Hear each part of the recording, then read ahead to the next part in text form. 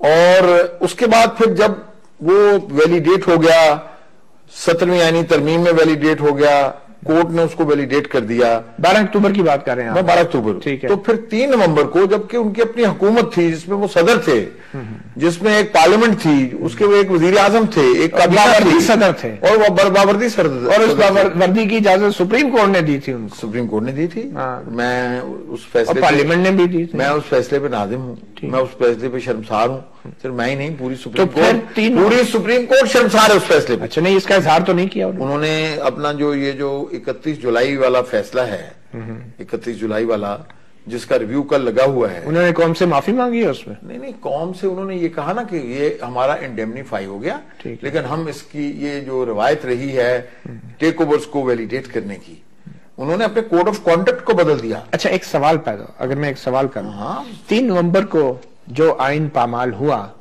اس آئین کے تحت ایک وردی والے فوجی سربراہ کو صدر تسلیم کیا تھا سپریم کورٹ نے، یہ کیسا آئین اور جمہوریت تھی جو 3 نومبر کو پامال ہوئی، جس میں ایک وردی والا صدر بیٹھا ہوا تھا؟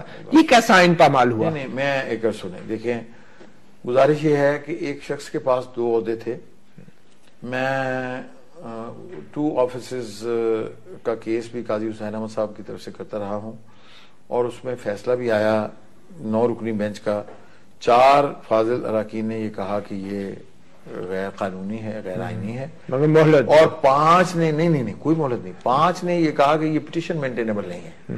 تو گویا جو افرمیٹو ججمنٹ ہے وہ تو یہ ہے کہ یہ ڈسکوالیفائڈ ہیں، یہ 2 عہدے نہیں رکھ سکتے۔ لیکن 3 نومبر کے بعد کی بات ہے، نہیں، یہ میں عرض کروں نا، اسی کے نتیجے میں تو 3 نومبر آیا، جب چیف آف آرمی سٹاف کو یہ خطرہ پیدا ہوا کہ ان کو 3rd ٹرم کا انتخاب لڑنے کی اجازت ملنا مشکوک ہے یا محال ہے، تو انہوں نے بطور چیف آف آرمی سٹاف کے، جو ایک ماتحت پوزیشن ہے، صدر کی حیثیت سے نہیں، مطلب 2 ٹرم کی ٹرم حلال تھی تو 3rd ٹرم کی جو حرام ہو گئی آئین میں، وہ 2 ٹرمز کی بھی جو 2 ٹرمیں تھیں سپریم کورٹ نے اجازت دی تھی نا وردی میں الیکشن لڑنے کی۔ بات سنیں جی، میں سمجھتا ہوں کہ وہ فیصلے سپریم کورٹ کے پر انکیوریم ہیں، ٹھیک ہے، وہ فیصلے سپریم کورٹ کے، وہ سپریم کورٹ نے خود کہہ دیا ہے کہ وہ بائنڈنگ پریسیڈنٹس نہیں ہیں۔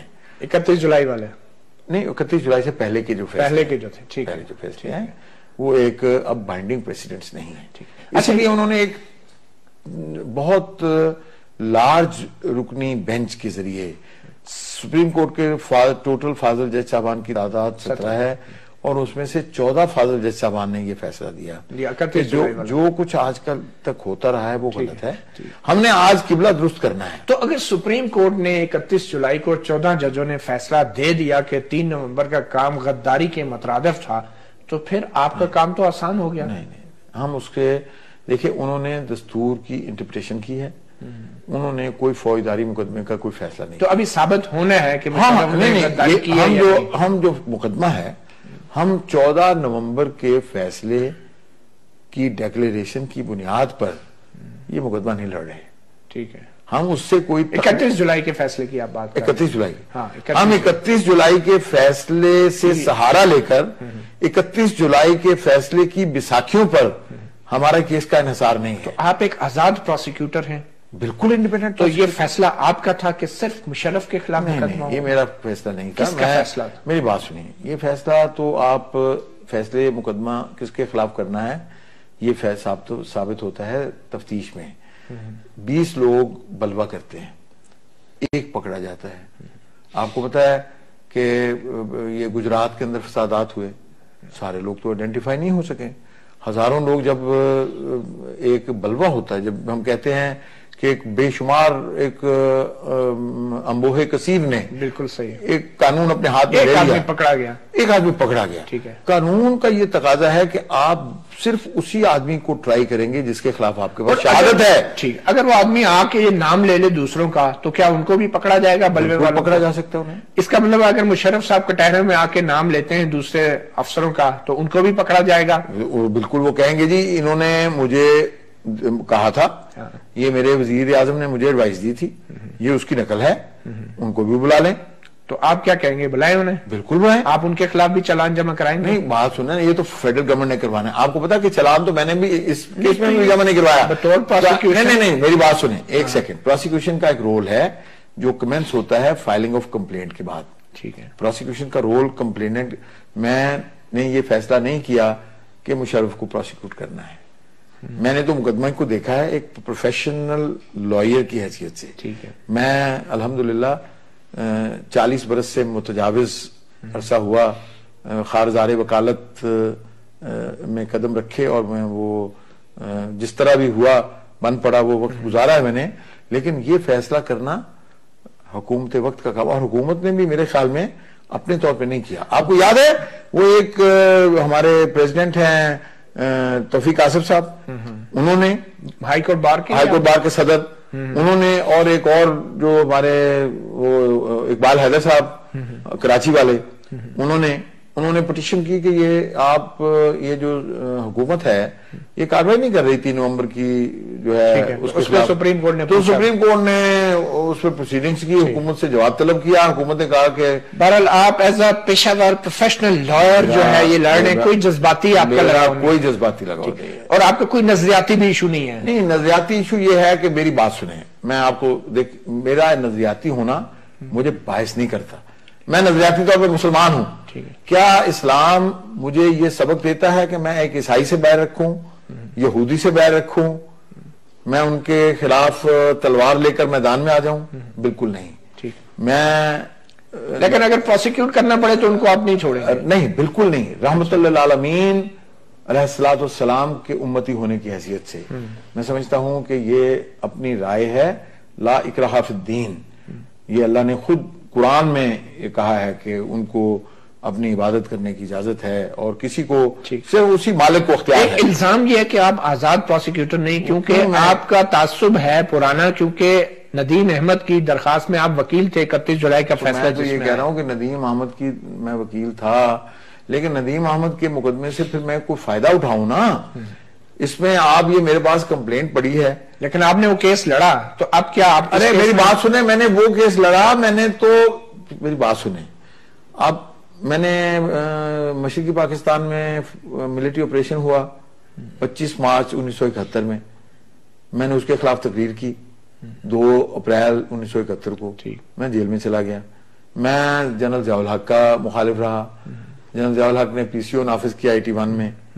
پنجاب بار کونسل نے 3 رکنی کمیٹی ایک نامزد کی. اور آپ ایک دوسرے آرمی چیف کے وکیل بھی رہے. نہیں، میں اس میری بات سنیں، آرمی چیف کا سابق آرمی چیف کا وکیل اس شرط پہ میں بنا، اور میں ان کو ابھی بھی خراج تحسین پیش کرتا ہوں.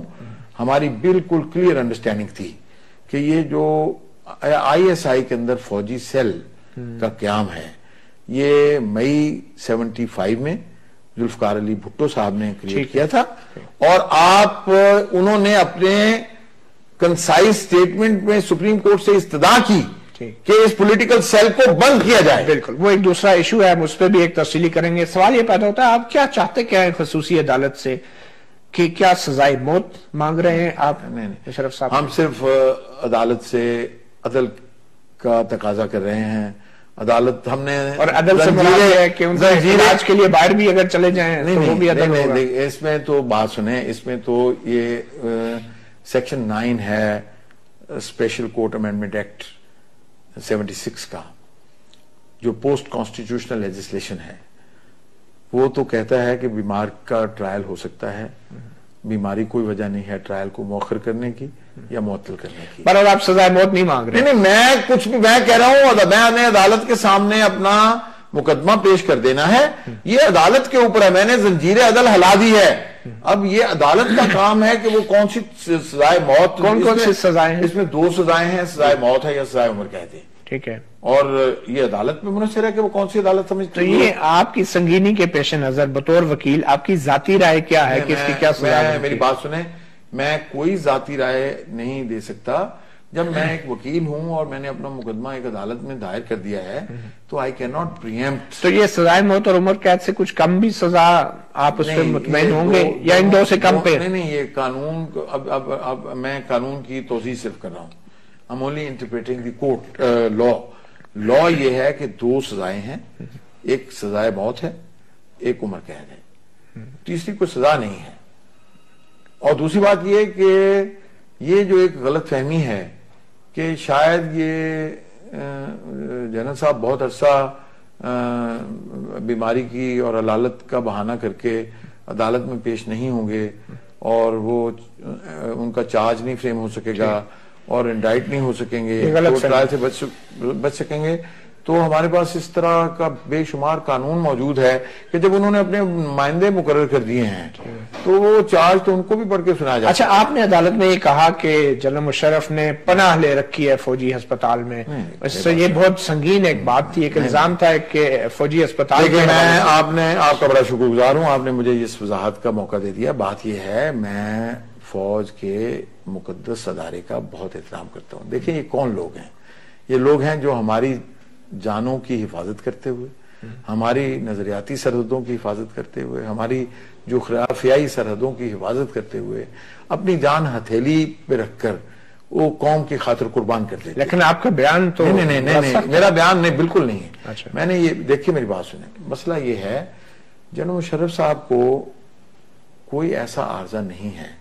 آپ نے کہا کیا تھا؟ نہیں، میں نے تو بالکل یہ دیکھیں، آپ جو الزامات ہیں ڈیفنس ٹیم کے وہ میرا بیان نہ سمجھے۔ میں نے یہ کہا تھا کہ ان کو ہاسپٹلائزیشن کی ضرورت نہیں ہے۔ میں AFIC کا بے حد احترام کرتا ہوں، لیکن میں ان کی رائے سے اختلاف کرنے کا حق رکھتا ہوں۔ He is a fugitive of law and he cannot be given a hiding place in AFIC.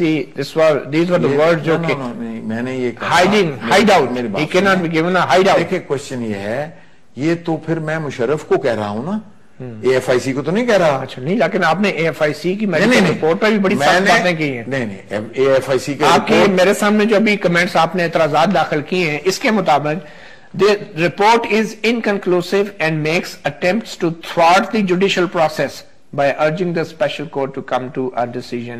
Thwart the judicial process. This report is an attempt to thwart the judicial process. یہ فوجی ڈاکٹروں کی رپورٹ عدالتی عمل میں رکاوٹ ڈالنے کی کوشش ہے۔ یہ آپ نے مطیع اللہ جان صاحب، آپ کا ترہ امتیاز ہے، آپ ترجمہ کر دیں۔ آپ کا یہ ترہ امتیاز ہے کہ آپ وہ رائی کو پہاڑ بنانے پہ قدرت رکھتے ہیں۔ سر آپ رائی بنا رہے ہیں، اس کو ید طولہ آپ کو حاصل ہے، اس کو رائی بنا، اس معاملے میں آپ کو ید طول حاصل ہے۔ ذرا سن لینا، ٹھیک ہے؟ میں نے یہ کیا کہا ہے؟ ٹھیک، میں نے یہ کہا ہے کہ فاضل جو ڈاکٹر صاحبان کا بورڈ تھا جو فوجی ڈاکٹروں پہ مشتمل، یا فوجی یا غیر فوجی پروفیشنلز آر پروفیشنل، میں وکیل ہوں، میرے پاس ایک اشتہاری ملزم آ جاتا ہے، میرے پاس ایک سابق فوجی جرنیل آئے، میں نے ان کا مقدمہ لڑا اور 1 سال نہیں 17 سال لڑا۔ یہ بتائیں نا، یہ تھواٹ دا جوڈیشل کیسے تھواٹ کیا جوڈیشل؟ دیکھیے میری سنیں، آج کیا تاریخ ہے؟ 27۔ تو آج ان کو 25 دن ہو گئے ہسپتال میں۔ یہ وہ ہسپتال ہے جو ایک پریمیئر انسٹیٹیوشن ہے، اس قوم کے لیے باعث فخر ہے، اور اس ادارے نے آج تک نہ ان کی اینجیوگرام کی ہے، نہ ان کا تھیلیم سکین کیا ہے جو ایک پریسیڈنگ ٹیسٹ ہے اور نان انویسو ٹیسٹ ہے، نہ ان کی ETT کی ہے، ان کی ECG نارمل ہے، ان کا جو انزائمز ہیں کارڈیک انزائمز وہ نارمل ہیں۔ یہ کیسے دل کے مریض ہیں، یہ کیسے دل کے مریض ہیں کہ ان کی ECG بھی نارمل ہے، ان کے انزائمز بھی نارمل ہیں، ان کو 25 دن سے کوئی ہوا بھی نہیں ہے۔ یہ ایک ایسے، آپ کو پتا ہے نا، فاضل عدالت نے بھی یہ کہا تھا کہ وہ ان کو شبہ ہوا کہ مجھے ہارٹ اٹیک ہوا، but that proved to be a wrong alarm, false alarm۔ تو یہ میری بات سے تو فاضل عدالت نے اتفاق کیا پچھلی۔ اتنے معزز فوجی ڈاکٹروں کی رپورٹ ایسے کیسے ہو سکتی ہے؟ نہیں، بات سنیے، مطلب ان کا مقصد کیا ہے، موٹیو کیا ہے؟ اب میری بات، مطیع اللہ جان صاحب میری بات سنیں، آپ نے بہت بات کو یعنی ایک بہت غلط ٹوسٹ دینے کی کوشش کر رہے ہیں۔ اگر میری بات سنو، وضاحت کی مجھے اجازت دیجیے۔ جی سر، میں اس نبی برحق کا پیروکار ہوں جنہوں نے اپنے صحابہ کی ایسے تربیت کی کہ جب وہ کوئی ارشاد فرماتے اپنے صحابہ کے لیے کہ آپ نے یہ کرنا ہے، تو صحابہ اکرام یہ پوچھتے تھے، یا رسول اللہ یہ وحی خدا ہے یا آپ کی رائے؟ اگر یہ اللہ کا حکم ہے، چونکہ آپ حاملے وحی ہیں، اگر یہ اللہ کا حکم ہے تو سمانا و اطاعنا، ہم سر تسلیم خم کرتے ہیں. ٹھیک ہے. لیکن اگر یہ آپ کی رائے ہے تو ہمیں اجازت دیجیے کہ اس کے مطابق آپ کو رائے دیں. اور کئی ایسے سیرت طیبہ میں واقعات ہیں جب نبی صلی اللہ علیہ وسلم نے اپنی رائے پہ رجوع کیا. سر اس مسائل کا اس تعلق یہ ہے کہ ایک شخص کی رائے, two men can never agree if they choose to do so. This is a compliment. 4 officers جو 4 ان کے ذہن میں ایک بات نہیں سمجھ آئی. ہم نے ایک امریکن ڈاکٹر کی رپورٹ لگوائی ہے, انہوں نے اپنا سارا جو امریکن کوڈ ہے, جو برٹش کوڈ ہے, جو یورپین کوڈ ہے, اس کو سامنے رکھ کر کہا ہے کہ ان کو تو کچھ مرض ہے ہی نہیں دل کا. ٹھیک ہے. تو یہ بھی اس کی ان کی بھی ایک رائے ہے. یہ کون سے ڈاکٹر نے رپورٹ دی ہے؟ ڈاکٹر اسماعیل بخاری ہیں, انٹرونشنسٹ کارڈیالوجسٹ. ٹھیک ہے. معروف انٹرونشنسٹ کارڈیالوجسٹ ہیں یو ایس اے کے. تو مطلب یہ ہم نے اپنی طرف سے کچھ نہیں کہا. ہم نے دیکھے نا, میں ڈاکٹر نہیں ہوں, تو آپ کے خیال میں میری بات سنیں نا, میں ڈاکٹر نہیں ہوں, ٹھیک ہے, میں وکیل ہوں. میں نے اس ڈاکٹر کو پروفیشنل ڈاکٹر سے اس کا انالیسس کروایا. ٹھیک ہے. میں نے خود اپنے بساط کے مطابق میڈیکل جورسپروڈنس میں پڑھا, اور مجھے یہ سمجھ آئی کہ شاید ان کی رائے جو ہے یہ درست نہیں ہے. اور یہ کہنا کہ آپ کی رائے درست نہیں ہے, ابھی آپ یہ کہہ رہے ہیں نا, گناہ نہیں ہے, یہ گناہ نہیں ہے. لیکن فوجیوں کی رائے بھی غلط ہو سکتی ہے, اس میں کیا؟ نہیں, فوجیوں کی رائے کیوں نہیں غلط ہو سکتی؟ ہاں بالکل. یہ تو مطلب ہم دیکھیں, اور اگر اتنے سینئر ڈاکٹر رائے دے رہے ہیں تو اس کے کوئی مقصد تو ہوگا. کیا میں کوئی موٹو ایٹریبیوٹنگ کرتا, نیک نیتی سے بھی اچھا اشتہاد کی بھی غلطی ہو سکتی ہے. اچھا, اشتہاد میں بھی غلطی ہے. چلیں ایک چھوٹی سی بریک کرتے ہیں اور یہ گفتگو جاری رہے گی. ناظرین, اہم مسئلہ ایڈوکیٹ اکرم شیخ جو پروسیکیوٹر ہیں, وکیل استغاثہ, جنرل مشرف کے خلاف جو خصوصی عدالت میں ٹرائل چل رہا ہے اس کیس میں. ایک وقفے کے بعد پھر ملتے ہیں.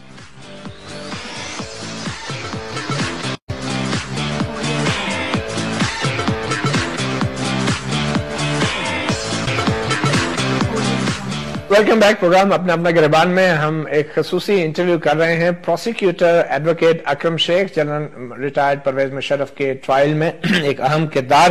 اکرم شیخ صاحب, آخر اکرم شیخ ہی کیوں؟ وکیل تو بے تحاشا تھے, آخر نواز شریف صاحب کی نگاہ انتخاب آپ پر کیوں پڑی؟ مجھے تو نہیں پتا. میں تو بات سنیں, میں تو اس مقدمے کے سلسلے میں بھی میری نواز شریف صاحب سے کوئی ملاقات نہیں ہوئی. میری تو چند میٹنگز میں تو دیکھے گئے. نہیں, دیکھیں میری بات سے, وہ میٹنگز میں دیکھا گیا. میں آپ کو بتا رہا ہوں, میں صرف ایک ہی میٹنگ میں اس سے پہلے, اور وہ تھی کراچی میں, جو وہاں کے رینجرز کے ڈائریکٹر جنرل تھے, انہوں نے وہاں اسلحہ دکھایا پرائم منسٹر کو, اور معاملہ یہ تھا کہ کیا یہ اسلحہ, اگر وہ اسلحہ جس میں جہاز شکن, توپ شکن, میزائل شکن اوزار ہیں, کیا ان کے اوپر بھی 13, 20, 65 کا جرم لگتا ہے جو معمول؟ کیا ہمارے لاز جو ہیں وہ افیکٹو ہیں؟ اس سلسلے میں انہوں نے اس خواہش کا اظہار کیا کہ ہمیں آپ کسی اپنے جو آپ کے وکلاء ہیں, اس میں سے صرف میں اکیلا وکیل نہیں ہوں, اس میں احمد بلال صوفی صاحب بھی مشورہ دے چکے ہیں. یہ تحفظ پاکستان آرڈیننس اسی کا ایک نتیجہ؟ نہیں, یہ مجھے نہیں پتا. میرا دیکھیں, میرے سنیں, میں نے تو اپنے تھاٹس ہمیشہ کبھی زبانی نہیں کیے, میں تو لکھ کر دیا. لیکن وائی یوں؟ نہیں, مشرف جیسے تاریخی ٹرائل ہے, پہلی بار تاریخ میں. یہ تو یہ سوال آپ مجھ سے نہ کریں. میں نے کسی کو درخواست نہیں دی کہ مجھے آپ پروسیکیوٹر منتخب کریں. ایک تاثر یہ ہے کہ آپ کا فوج کے اندر بھی اچھا رابطہ ہے. اسلم بیگ صاحب کے آپ وکیل رہے اتنے طویل عرصے تک. بظاہر تو اسلم بیگ صاحب پہ بھی آرٹیکل 6 لگ سکتا ہے, جس طریقے سے انتخابات چوری کیے گئے. سپریم کورٹ نے ریمارکس ایسے ہی دیے جیسے 31 جولائی میں مشرف صاحب کے خلاف ہیں, FIA میں انکوائری پینڈنگ ہے. تو فرق کیا ہے دونوں کیسز میں؟ دیکھیے بات سنیے, جنرل بیگ ایک ایسے وقت میں جو آرمی چیف تھے جب جنرل ضیاء الحق کا جہاز کریش ہوا, اگر جنرل بیگ دستور کو سبوتاژ کرنا چاہتے تو میں یہ سمجھتا ہوں کہ ان کے لیے بہت آسان تھا. الیکشن تو چوری کی. نہیں, میری ایک بات سنیے, آپ دیکھیے اپنی بات نہ کہیے, آپ نے سوال کیا ہے, اب جواب سنیے. He did not impose martial law. He allowed and called chairman of the Senate under the Constitution to take over as the president. He continued to act as chief of army staff. تمغہ جمہوریت اسی لیے. اور میری بات سنیں نا, اور اس کے بعد تمغہ جمہوریت کس نے دیا؟ محترمہ بے نظیر بھٹو شہید نے. اور وہ تمغہ لگا کے 90 کے انتخابات چوری کیے. نہیں, ایک بات سنیں نا, یہ تو ایک پھر واقعاتی بات ہے. ہر جماعت یہ کہتی ہے, اب تحریک انصاف کہتی ہے مسلم لیگ نے انتخاب چوری کیے ہیں, حسینہ واجد. اب میری بات سنیں نا, وہاں بنگلہ دیش کی ساری جماعتیں یہ کہہ رہی ہیں کہ حسینہ واجد نے انتخابات چوری کر لیے ہیں. تو مسئلہ یہ ہے کہ یہ سپریم کورٹ بھی ایک سیاسی جماعت ہے, اس نے کہہ دیا ایسے ہی. سپریم کورٹ نے کوئی ایسی بات اپنی ججمنٹ میں لکھا. سپریم کورٹ نے یہ کہا ہے کہ آپ فیڈرل گورنمنٹ کو یہ ڈائریکٹ کیا ہے کہ آپ اس کی تفتیش کریں, ٹھیک ہے نا, اور فیڈرل گورنمنٹ اس کی تفتیش کرے گی. انتخاب چوری کرنا اور دستور کو معطل کرنا, انتخاب میں فنڈز کی تقسیم کا علم ہونا, میری بات سنیں, وہ سبورشن نہیں ہے. نہیں, فنڈز کی تقسیم کا علم, یعنی اس کا کوئی ماتحت جنرل اسحاق کی کمان پہ کوئی پیسے تقسیم کر رہے ہیں جنرل درانی صاحب, تو وہ غداری نہیں ہے. نہیں, بالکل غداری کیسے ہے؟ اچھا, صرف علم بھی ہے تو کوئی غداری نہیں ہے. نہیں, علم تو اگر if you have the, آپ اتنے باخبر جرنلسٹ ہیں کہ آپ کے پاس ایسی خبریں ہیں جو پوٹینشل دھماکہ کرنے کی, وہ جو دھماکہ.com سے بھی زیادہ خطرناک ہیں, تو اس کا مطلب ہے کہ آپ کے پاس ایکسپلوسو سبسٹینس کے تحت آپ کے خلاف مقدمہ کر دیا جائے. آرمی چیف ایک صحافی کی طرح بے بس تھے, وہ اپنے ماتحت کو کنٹرول نہیں کر سکتے. ماتحت ان کا نہیں تھا نا, وہ جو 75 کے نوٹیفیکیشن کے تحت, اچھا, جو جناب ذوالفقار علی بھٹو صاحب نے جو پولیٹیکل سیل کا سارا اپنا اس کے کل پرزے, اس کی تنابیں اپنے ہاتھ میں رکھی ہوئی تھی. تو کیوں آپ نے ان کا دفاع کرنے کا فیصلہ کیا؟ میں نے تو اس میں بھی کانسٹیٹیوشن کا دفاع کیا. آرمی چیف کو کیوں ڈیفینڈ کیا آپ نے؟ ارے آرمی چیف کو کیا ڈیفینڈ کیا؟ آرمی چیف کو یہ ڈیفینڈ کیا نا کہ یہ پولیٹیکل سیل بند ہونا چاہیے اور یہ پبلک ٹرائل ہونا چاہیے, اور اس میں کسی کو پیسے اس طرح تقسیم کرنے کی اجازت نہیں ہونی چاہیے. تو ان کے خلاف آپ جنرل بیگ کے مقدمے پہ بحث کر رہے ہیں یا جنرل مشرف؟ آپ فرق بتائیں نا سر, فرق کیا ہے؟ جنرل بیگ نے اپرچونٹی ہونے کے باوجود کانسٹیٹیوشن کو معطل نہیں کیا, اقتدار پہ قبضہ نہیں کیا. انہوں نے حکومت اپنے پاس ہونے کے باوجود صرف جج صاحبان کو برخاست کرنے کے لیے دستور کو معطل کر دیا, جج صاحبان کو 60 کے قریب جج صاحبان کو قید کر دیا, اور اس کے بعد پھر بطور چیف آف آرمی سٹاف صدر کو اختیار دیا کہ آپ دستور کو امینڈ کر لیں. یہ فرق ہے. یعنی آپ دیکھیں نا, میری بات سنیں, ایک سبارڈینیٹ ہے پریزیڈنٹ کا, وہ اپنے سپیریئر کو اختیار, اپنے جونیئر کو, یعنی اختیار تو وہ جو بالاتر طاقت ہے وہ اپنے ماتحت کو دے سکتی ہے نا. یہ تو نہیں ہے کہ ایک چیف آف آرمی سٹاف اپنے صدر کو اختیارات دے. تو دو جنرلوں میں بہت فرق ہے, زمین آسمان کا فرق ہے. ایک جنرل تاکڑ نے ماشاء اللہ نہیں لگایا, جنرل بیگ نے ماشاء اللہ نہیں لگایا, لیکن کام ایسے کیے کہ ماشاء اللہ کچھ لوگوں کے خیال میں اگر یہ ماشاء اللہ لگا دیتا تو بہتر تھا. پیچھے رہ کے جو کام ہوئے اس کی وجہ سے جمہوری نظام کا بیڑا گرک ہوا. آپ کے خیال میں اگر اس کے نتیجے میں میاں نواز شریف صاحب کی حکومت آ گئی تو انہوں نے وہ ول آف دا پیپل نہیں تھی, وہ آپ پھر 30 دفعہ آ گئے. 12 اکتوبر کے اوپر غداری کا مقدمہ مشرف پہ نہیں بنتا. میری بات سنیے, مسئلہ یہ ہے مقدمہ بنتا ہے یا نہیں بنتا. ایک بات بڑی واضح ہے, 12 اکتوبر کا ذکر وہ لوگ کر رہے ہیں جو انفیکٹ انڈائریکٹلی جنرل مشرف کو ڈیفینڈ کرنا چاہتے ہیں. وہ چاہتے ہیں جنرل مشرف 1 لاکھ آدمیوں میں, 1 لاکھ ملزموں میں, اس کے ہجوم کثیر میں وہ گم ہو جائیں, کہیں نظر ہی نہ آئیں. اس میں پارلیمنٹیرینز ہوں, اس میں باقی لوگ ہوں, اس میں بے شمار وہ لوگ جو, اور آپ کا کام بہت مشکل ہو جائے گا. نہیں, میرا کام کیوں مشکل ہوگا؟ آپ کو ایک بندہ ملا ہوا ہے پنچنگ بیگ, بہت آسان ہے وکیل کو اس کو سزا دیں. مجھے تو کوئی پنچنگ بیگ نہیں ملا ہوا.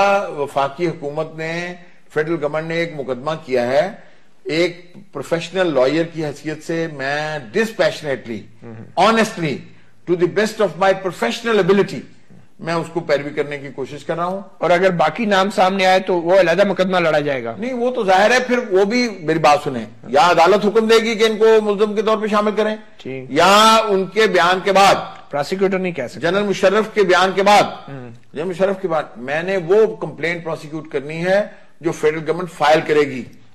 آپ فیڈرل گورنمنٹ کو کوئی قانونی مشورہ نہیں دے سکتے؟ میں والنٹیئر نہیں کرتا مشورے. نہیں لیکن آپ میں تو اپنی میری بات سنیں نا, میں آپ کے خیال میں بغیر پوچھے سبکسر ہو کے یہ کسی کو مشورہ دینا چاہیے کہ آپ یہ کریں اور یہ کریں؟ I am a prosecutor to do a professional job and I should try to become an adviser. Prosecutor آپ چاہ رہے ہیں کہ فیصلہ عدالت کرے اور آپ کوئی سزا نہیں مانگ رہے ہیں؟ نہیں, میں کہہ رہا ہوں کہ جو قانون میں لکھا ہے اس کے مطابق آپ مقدمہ سنیں, اور جو قانون میں سزا لکھی ہے ان کے مطابق سزا دیکھ لیں, اور مقدمہ بنتا ہے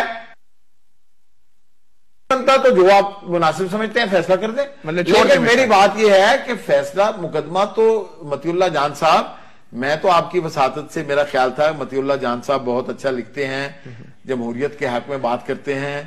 1997 کی فروری کا وہ مجھے کنونشن یاد ہے جب آپ نے مجھے کہا کہ مجھے بطور صدر سپریم کورٹ بار کے کہ مجھے اپنے وکلاء کی اس میں کانفرنس کو شریک ہونے دیں, اور آپ نے 60 فاضل جج صاحبان کو 60-70 فاضل جج صاحبان کو ان کے منہ پہ بیٹھ کے وہ بے نطق سنائی, اور اس کا سارا نظرہ میں نے برداشت کیا. نہیں, ابھی اس وقت جو موضوع ہے وہ مشرف صاحب ہے. نہیں, میں یہی آپ کو یاد دلا رہا ہوں. مجھے پروسیکیوٹ تو نہ کریں, میں آپ کو پروسیکیوٹ نہیں کر رہا, میں یہ کہہ رہا ہوں کہ آپ کو بھی اپنی رائے کا حق ہے, اور اسی طرح فاضل چلیں جو کونسلز ہیں, پروسیکیوٹر اتنی محنت کر رہے ہیں, اکرم شیخ صاحب جان لڑا رہے ہیں آئین کے تحفظ کی خاطر. اگر حکومت اور سعودی حکومت یا غیر ممالک جو دوست ہیں ان کا معاہدہ ہو گیا تو آپ کی کیا پوزیشن ہوگی؟ میرا اس میں کوئی رول نہیں ہے.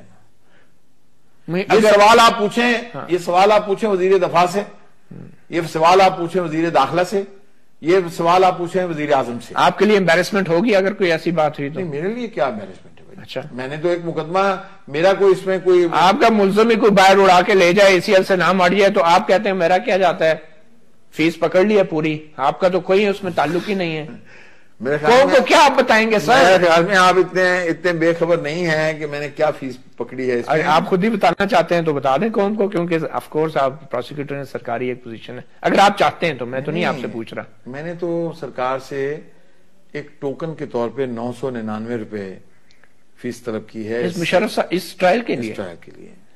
آپ میرا ریکارڈ چیک کر لیں. یہ کام مفت آپ سرکار پہ یہ احسان کیوں کر رہے ہیں؟ نہیں, سرکار پہ نہیں میں احسان کر رہا, میں اپنے ملک کے لیے ایک قومی ذمہ داری سمجھ کے ایک دستور کی بالادستی, قانون کی حکمرانی, اپنے آنے والی نسلوں کو مارشل لاؤں سے بچانے کے لیے, کالے آزماؤں سے. بلی کے گلے میں آپ گھنٹی باندھ پائیں گے یا نہیں؟ سر, میں کسی بلی کے گلے میں گھنٹی نہیں باندھنا چاہتا. میں صرف یہ چاہتا ہوں کہ میں اس عہدے سے عزت, آبرو اور وقار کے ساتھ عزت بچا کے اللہ مجھے سرخرو کرے. نہیں, میں اپنا کام انجام دے کے پاکستان کی تاریخ ساز اس مقدمے میں. آپ کی جان کو بھی خطرہ ہے؟ کوئی مسئلہ نہیں ہے. اچھا, یہ وہ جس دھج سے کوئی مقتل میں گیا وہ شان سلامت رہتی ہے, یہ جان تو آنی جانی ہے, اس جان کی کوئی بات نہیں. میمو کمیشن میں بھی آپ کو بڑی دھمکیاں ملی, ہوتا کچھ نہیں ہے. پھر یہ کیا ہے یہ سب جھگڑا؟ یہ کچھ لوگوں کی رائے میں توجہ ہٹائی جاتی ہے اصل معاملات سے. یہ مجھے نہیں پتا, لیکن آپ کو پتا ہے کہ وہاں توجہ کس طرح یہ توجہ ہٹائی جا رہی ہے. آپ کو تو یہ بھی نہیں پتا کہ آپ کو دھمکیاں دینے والے کون ہیں, آپ کی جان کے دشمن کون ہیں. آخر یہ کیا ہے پھر الزام؟ مجھے اپنی جان کے محافظ کا پتا ہے, اور وہ اتنا طاقتور ہے کہ وہ جان کے سارے دشمنوں پہ زیادہ حاوی ہے. کون ہے دشمن آپ کے؟ مجھے نہیں. کیا آپ کو فوج سے خطرہ ہے؟ مجھے فوج سے کوئی خطرہ نہیں. کوئی خطرہ نہیں ہے. خفیہ اداروں سے خطرہ ہے آپ کو؟ مجھے کسی خفیہ ادارے سے کوئی خطرہ نہیں. تو پھر آپ کو شریف الدین پیرزادہ کیوں دھمکیاں دے رہے ہیں, کس بات کی؟ ذرا دیکھیں, شریف الدین پیرزادہ صاحب کو میں التجا کروں گا, میں تو ان کو دھمکی بھی نہیں دوں گا. آپ کو شک ہے ان پہ؟ نہیں, کوئی شک نہیں. یقین میں ان سے درخواست کروں گا کہ وہ وہ ان کا بہت بڑا نام ہے. میں تو اس one of the reasons I accepted this case was that I shall have the opportunity to contest this case against a person who has all through acted for dictators, to protect dictators. تو یہ مقدمہ جو ہے یہ بھی اگر مشرف کو سزا نہ ہوئی تو قوم کا کیا نقصان ہوگا, پبلک کا کیا نقصان ہوگا؟ میری بات سنیں, وہ ایک جو ہے ایک تشنگی رہ جائے گی اس ملک کی تاریخ میں, اور وہ تشنگی بہت جو ہے خطرناک ہوگی, اس لیے کہ پھر آنے والے, اگر ہم گزشتہ 35 برس میں پچھلے مارشل لاؤں کا سٹاک ٹیک نہیں کر سکے تو ہم آنے والے ایڈونچرز کو بھی روکنے کی پھر صلاحیت سے محروم ہو جائیں گے. میں یہ سمجھتا ہوں, مجھے حسن ظن ہے, میں آپٹیمسٹ ہوں کہ انشاءاللہ العزیز اب وہ عدلیہ نہیں ہے جو کسی ٹیلی فون پہ اپنے فیصلے بدل دیا کرتی تھی. اب وہ آزاد عدلیہ ہے, اور اب وہ فوج بھی نہیں ہے. میرا حسن ظن یہ ہے کہ اگر فوج, دیکھیے 5 سالہ جو دور گزار کر ہم آئے ہیں, مطیع اللہ جان صاحب آپ قسم کھا کے بتائیں, کرپشن کی اتنی داستانیں کسی 5 سالہ دور میں آپ نے دیکھی ہیں جو ابھی حالیہ وجہ کون تھا؟ نہیں دیکھیں زرداری صاحب کے دور میں جو ہوئے, تو آپ مجھے بتائیں کہ فوج نے کوئی مداخلت کی؟ نہیں. تو مشرف صاحب کے دور میں کوئی کرپشن نہیں ہوئی؟ ان کے دور میں بھی کرپشن ہوئی, بے شمار کرپشن ہوئی.